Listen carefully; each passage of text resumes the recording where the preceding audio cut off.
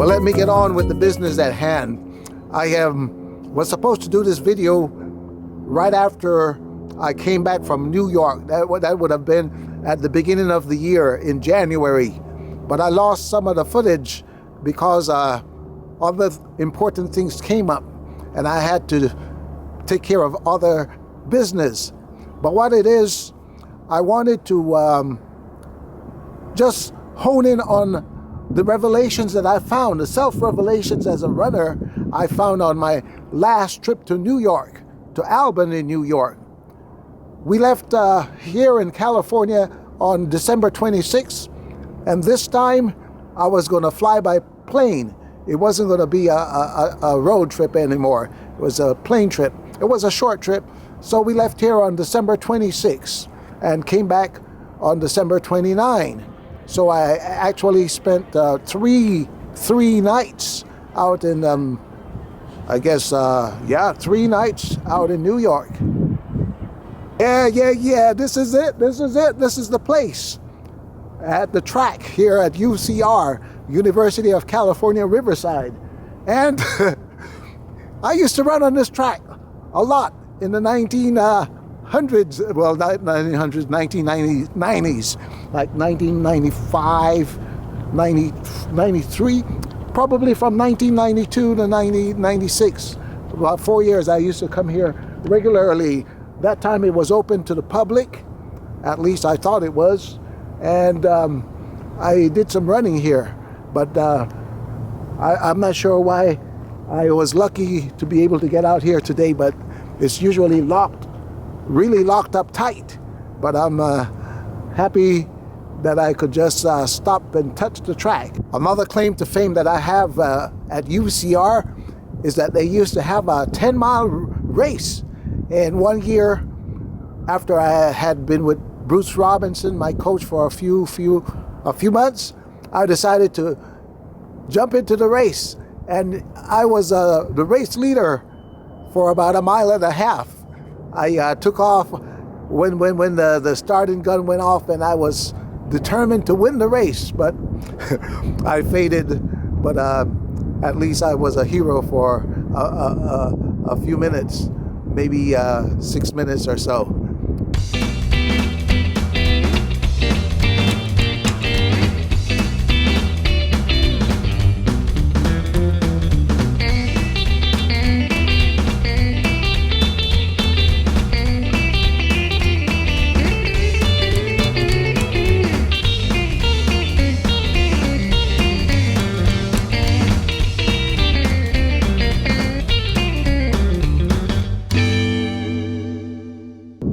I learned a few things, and the first thing I learned is that a few days off of running won't negatively impact my running fitness at any significant rate, because I ended up missing 4 days of running, and when I came back and I got back to running again, things were pretty much the same.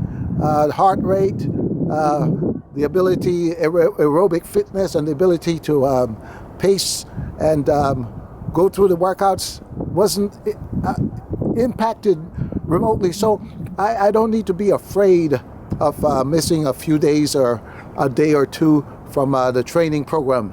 I can still get back on to the program. So I learned that. The second thing I learned is that my body is becoming a runner's body.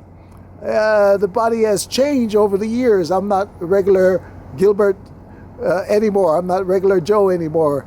I'm not a regular civilian Joe anymore. I have become a lean, mean running machine. Always wanted to say that when I was younger, but now well, that was then. I have to confess that right now I am restricted from running. There's no running at all. And today is going to be about 18 or 19 days without any running at all. So but I'm talking about when I'm actively running, I have become a lean, mean running machine.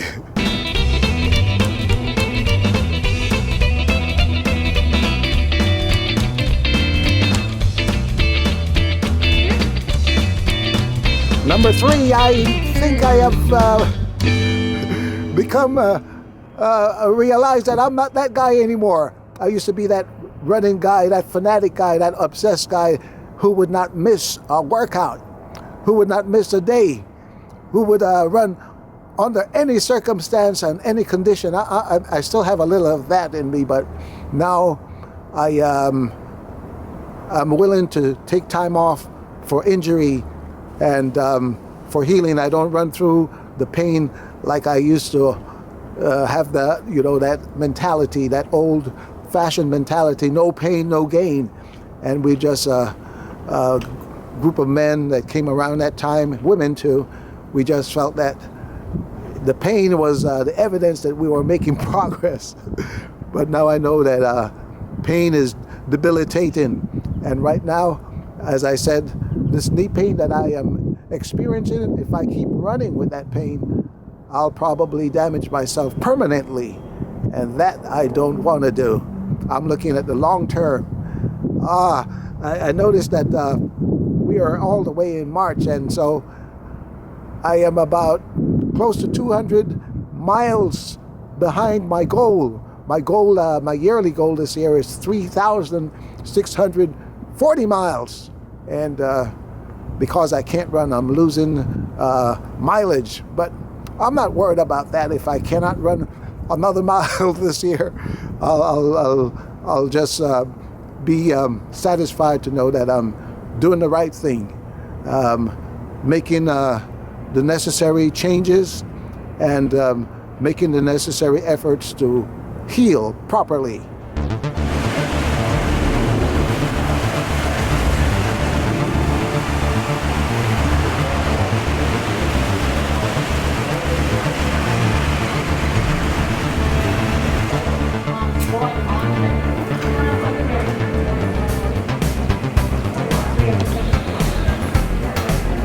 The fourth thing I learned is that my everyday fitness, my everyday strength, I'm not as strong as I used to be. It was shocking. I was at the airport trying to catch a flight. We were late, and I was told that if I run fast enough and get to the gate, maybe they'll hold it open for my mom and I. And I ran with my luggage, and it wasn't a lot of luggage, but I noticed, oh man, I couldn't go fast at all. I was huffing and puffing and going hardly anywhere fast. I wasn't going fast at all, and I missed the gate. When I got there, the flight not attendant, but the people at the ticket booth there at the gate said, "Now I'm too late. I didn't make it in time." So I'm weak, and I was trying to open a bottle of orange juice when I was there in New York, and I just couldn't get it open. And I went up to the laundromat lady and asked her if she would use a tool to open it. And she just opened it with her hand. This white lady, kind of strong-looking lady, and I was ashamed of myself. A black male, supposed to be the epitome of strength and power and force, and I couldn't open the bottle of orange juice, the juice that we got from Walmart. The next thing I learned about myself is that I don't need to be afraid of food. I can control food. You know, when we left for New York, I was scared. I was really afraid that I would be putting on all kinds of weight, that I would return to California much heavier than when I left for New York. But the truth is, in reality, I came back lighter. Well, maybe it happened on the first night, the first 12 hours of the 24 hours of the trip. I ended up getting just about 200 calories or less total. The only thing I consumed for that first 24 hours were the orange juice they passed out in flight on the American Airlines. No, we went on United Airlines. And they also gave us 2 little packets, 50 calories each, of pretzels. So that's all I had. So I consumed about 200 calories or less that night, and I was good to go for the first 24 hours. And after that, I think the only money that I spent on any kind of food in New York was to stop at Walmart, got 2 bags of bagels, some avocados, and some orange juice. That was about it. All the rest of the food I consumed there was the food that was supplied at the Continental Breakfast, which was sufficient. Got cereal, nuts, apples, they didn't have any bananas, and milk, yogurt. It was a good spread. Peanut butter, anything, jelly. All the stuff that I needed for nutrition was right there. So I didn't spend any money on buying any kind of fast food or other food. Gilbert speaking.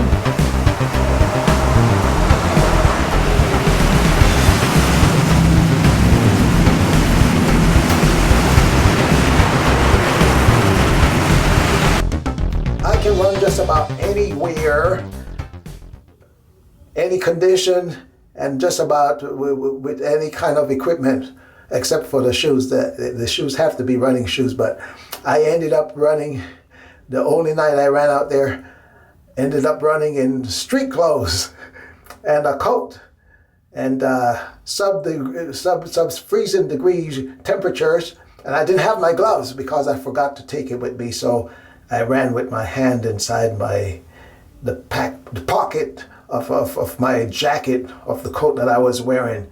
And I ended up doing a pretty good run, and it felt good.